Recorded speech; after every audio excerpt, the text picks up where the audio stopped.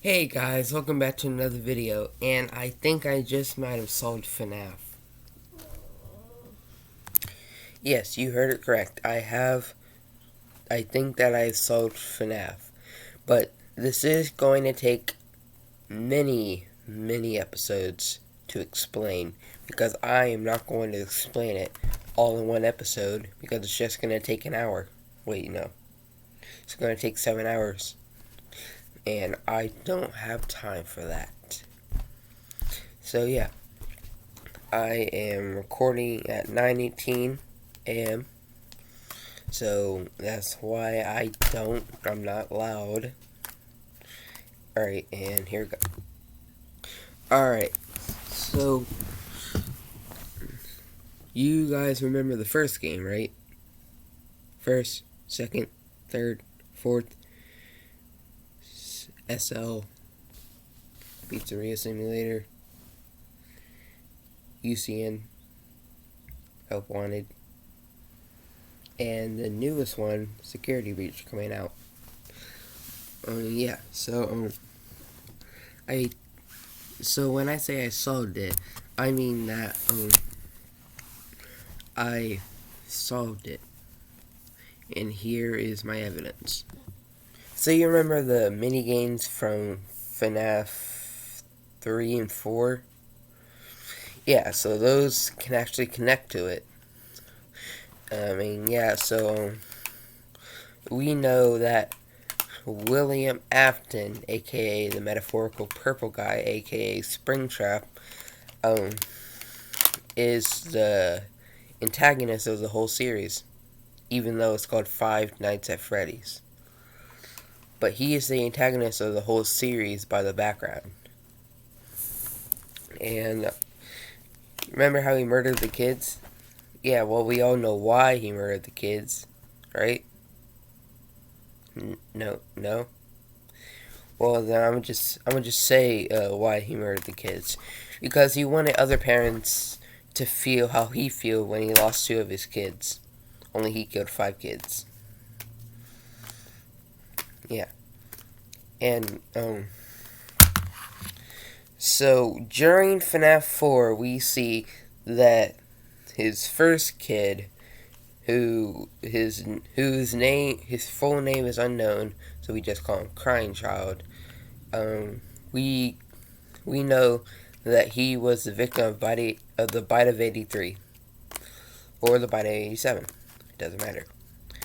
And we know that the murders happened a few years later after that kid died. And we know that Afton's daughter, Elizabeth, died from a malfunction.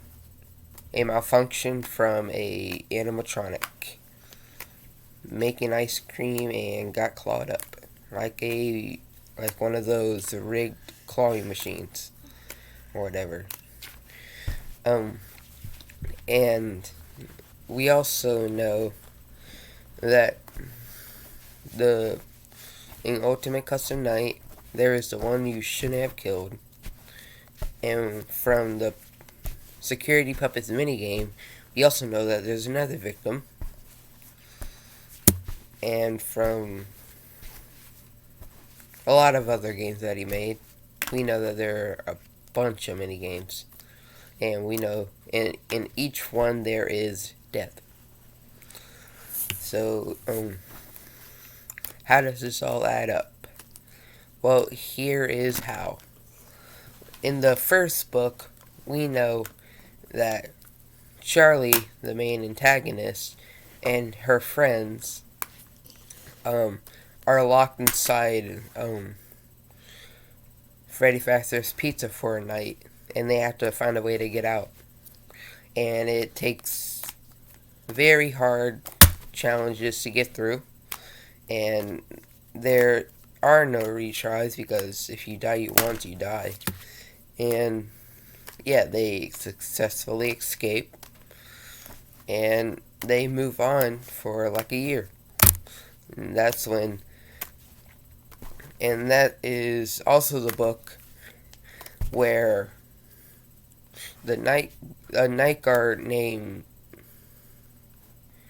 named a night guard named